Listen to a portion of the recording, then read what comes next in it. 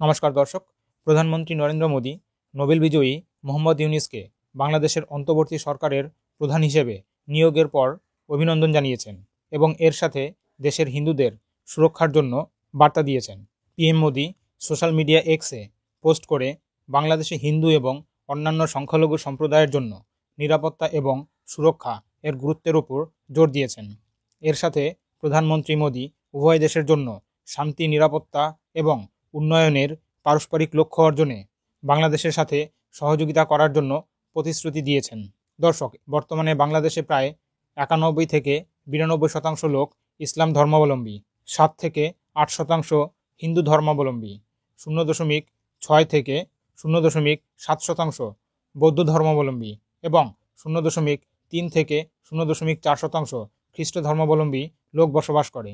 প্রধানমন্ত্রী পদ থেকে শেখ হাসিনার পদত্যাগের পর বাংলাদেশে হিন্দু এবং সংখ্যালঘু সম্প্রদায়ের মানুষের উপর হামলা শুরু হয়। বাংলাদেশে হিন্দুদের সুরক্ষা প্রদানের জন্য এবং পরিস্থিতি মনিটর করার জন্য ভারত সরকার একটি কমিটি গঠন করেছে।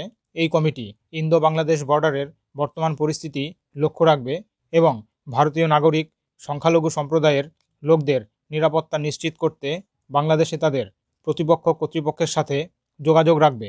কমিটির নেতৃত্বে থাকবে ADG, border security force, land ports authority of India.